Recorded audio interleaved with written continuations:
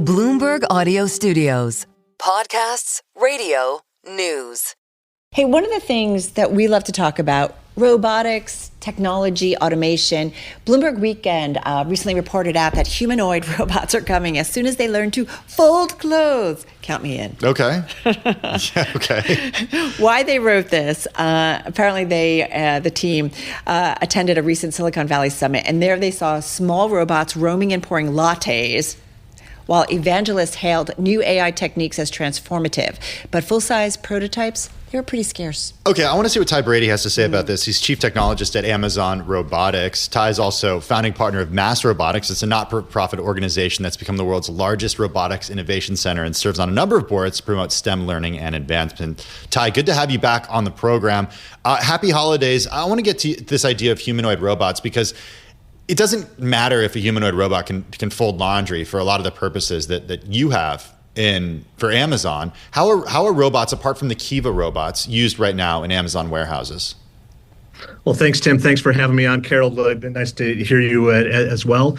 It's always a pleasure to be on the show and talk all things robotics and tech with you. Indeed, the age of physical AI is here. Amazon is building our physical AI systems to help better the customer experience, expanding our selection, lowering cost, fueling the faster delivery times that we know our customers love. But given your question, think of the very practical, everyday experience where we're doing this at a very high reliability and scaling this where we're shipping millions and millions of products every day here for the holiday season. It's really exciting to see. It's very real. It's very practical, and it's something that we're very proud of in what we're doing with our employees. All right, we want to talk about this. You know we do, and we will. But I do want to pick your brains because I always feel like I learn so much. When you join us. Bring it. Is that so? These humanoid robots? I mean, Elon's working on them. Other people are like. Is it years away? What's your thought? Your expertise? You know this world. I do know this world. I will tell you that we usually start with what problem are we trying to solve? What's the problem we're trying to solve? And once we figure out the problem, then we actually go to functions. What functions should the robotics, should the physical AI systems do, right? So from the functionality, should it fold laundry? Should it do your dishes? Then we derive form. And when you kind of get the cart ahead of the horse when you start with form first, and then see how can you apply this technology. And we don't do technology for technology's sake inside Amazon. What we do is we solve problems. We solve problems, everyday problems, at an incredible scale that actually advances the state of the art in robotics. Right. So if you wanted a robot to wash your dishes, well, congratulations, you have that. You don't necessarily need a humanoid form to wash your dishes. As a matter of fact, it'd be kind of comical to see a robot pick up the dish, pick up a sponge, put the soap on it, and scrub the dish and put it in the drying rack when you have this really practical robot in your kitchen today called the dishwasher, which is amazing and blends right into the woodwork. So we think about function first and then allow the form to follow. Okay, so we want to talk specifics here about what's happening in the warehouses. BlueJay and Illuna and more, your systems, BlueJay Robotics, Illuna Agentic AI, delivery glasses, Amazon's warehouses. These are well known for robotics and the use of tech and AI. How does all of that continue to evolve and specifically impact productivity side by side with human workers? Absolutely. Yeah, the word I want to use is supercharged. We're supercharging the world's largest fleet of robotics out there with AI, using AI systems to better the reasoning and to better assist our employees, right? We want to eliminate the menial, the mundane, and the repetitive through the use of robotics as a tool set for our employees.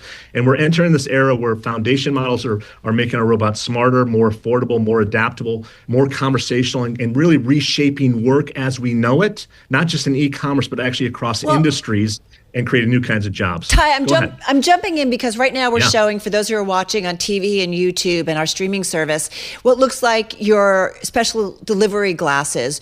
As we continue to show this, just tell us what they're all about. They look like normal glasses, but what do they enable a driver to do more easily? Yeah, well, it's the fundamental principle that we have is to use them as a tool set. So allow the driver to understand where the delivery should be. Allow them to be kind of hands-free in order to take the picture of the package at your door. Allow them to understand what's the best route to the customer's door. Allow them to see their delivery notes of where they should place the delivery at the right spot. That's just right for our customer. I mean, we're customer obsessed. So any tool that we can give our delivery delivery employees or frontline employees. That's how we want to use technology. Are they rolled out? I think that we're still in the early stages of deployment. So right now. when would they be fully rolled out across the network? Hard to tell. Would it be within a year, maybe within 2026? Yeah, we are a pretty, once we get to the alpha and beta deployment, it's typically within about a year that you'll see this starting to roll out. And we take a very measured approach when things roll out.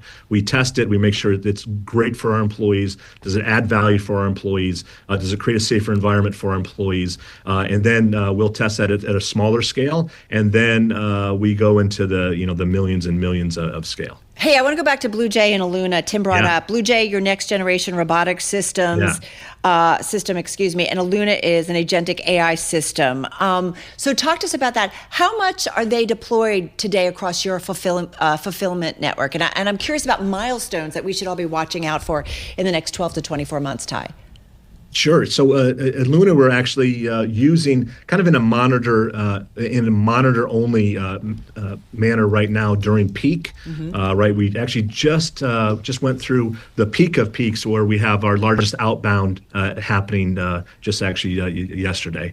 And what Luna does is it gives operators a complete real-time view to help guide their every move. Right. So think of many dashboards now can be consolidated into human consumable text, human consumable recommendations of how to actually deploy the network and how to deploy various robotics inside that building in a way that it gains these more efficiencies. So we're seeing that is rolling out today. And then we're really excited about Blue Jay as well. You can think of this really for our same day network.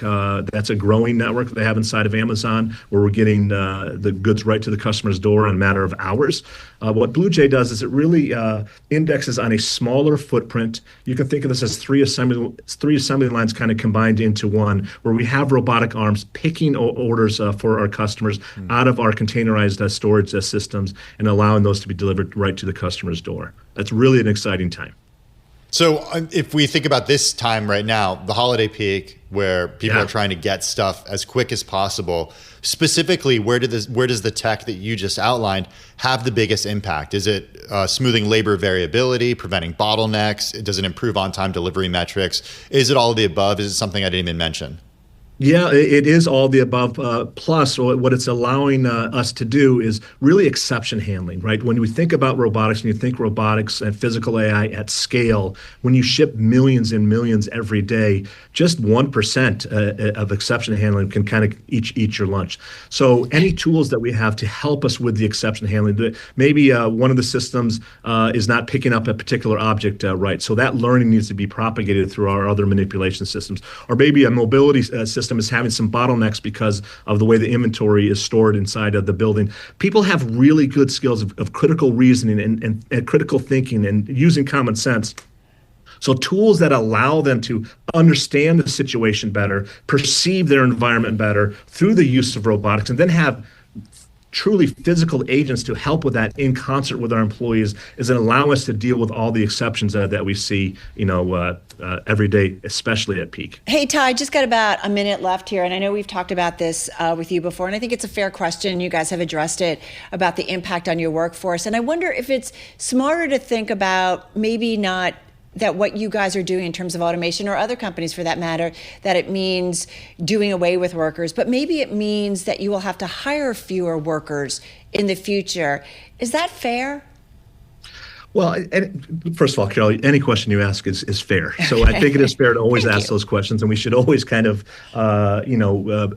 have the mindset of people first, and which we do inside of Amazon. So what are we doing specifically for our employees? And I'm really proud of this. We're building better machines for them. We're listening to them. We're iterating on our designs. We're rolling out a tool set for them to use that every day at scale, a scale that's almost unimaginable when it comes to what we've done inside of robotics. We're upskilling them. We have a $2.5 billion pledge that we call Future Ready to prepare 50 million people for how technology will impact and change not only the nature of work, but also what their everyday lives. And we're also creating a safer environment with our robotics, eliminating the repetitive, the menial, the mundane, allowing machines to do the heavy lifting and the repetitive actions, and allowing people to work with them in order to use this beautiful thing here.